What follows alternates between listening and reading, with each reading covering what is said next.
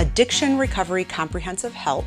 The word comprehensive for me is the most important. That's the key word there. The idea behind it is to let people know that there's a spectrum of people in attending the ARCH programming. It can be somebody who has been sober for 40 years to somebody who is adamant that they do not have a problem, but we're going to try to work with them through motivational interviewing, maybe some education around the neuroscience, talking a bit about that behavior swapping that can happen in order to really meet them where they are and move them forward. Additionally, the comprehensive piece applies to things outside of substances. So compulsive behaviors, sex, spending, whatever it might be. We do not treat those things here, but we open the door to start taking a look at them and discussing them and doing a little bit of work around them. And then as time goes on and the patient moves into outpatient care, we would look at resources for them to continue that work.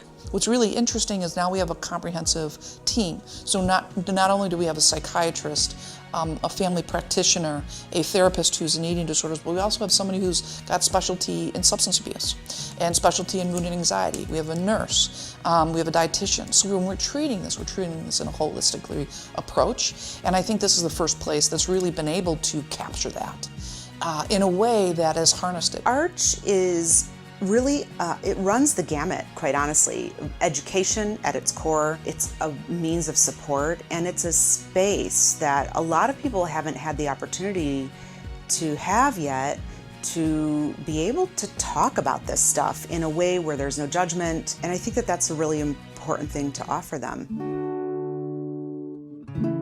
Our ARCH programming here, really what we narrowed it down to was 4 modules. Our substance abuse education group is exactly what it sounds like as well.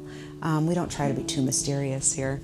And really just providing that non-judgmental education around, these are the facts, as we know them today, and so make your decision moving from there. First we educate, and we help people understand how does this affect them.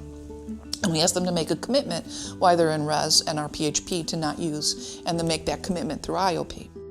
So the Mindfulness-Based Sobriety group is really an opportunity to use kind of an ACT approach to sobriety or abstinence from either substances or behaviors. What is your values? What stage of change are you in? Where are you at in this process? And have some commitment to recovery? Or do you have some commitment to abstinence? So we also use what we call this harm reduction model here, and I think it's been very helpful. In the eating disorders world, they've been using harm reduction for decades. If you're binging and purging 3 or 4 times a day, and now you're just doing it twice a week, that's a harm reduction model. Our relapse prevention group is an opportunity for people who are committed to sobriety, however they seek it, whether that's through 12-step or through refuge recovery or Sisters for Sobriety or whatever that works for them. The idea is to come up with a relapse prevention plan and start practicing those things. Relapse prevention is really a cognitive behavioral evidence-based treatment that really addresses if somebody, and all they need to be is willing to not use.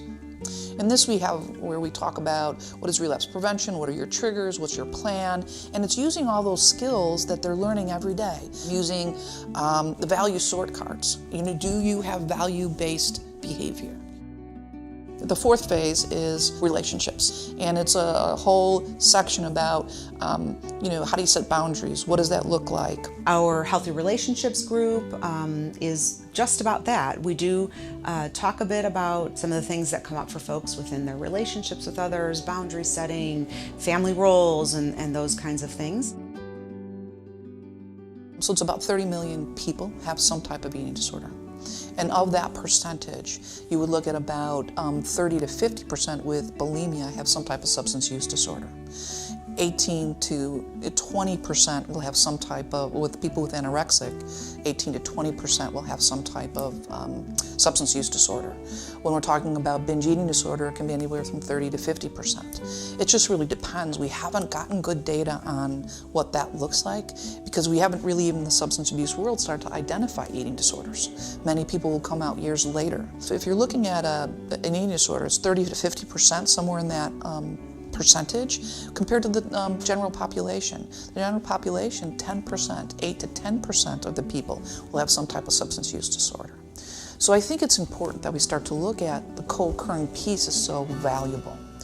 You put that with mood and anxiety, and it's anywhere from 30 to 50% people who have mood and anxiety disorder will have some type of co-occurring substance use disorder, which then makes it very important to have that holistic approach to be able to treat all parts of that for people.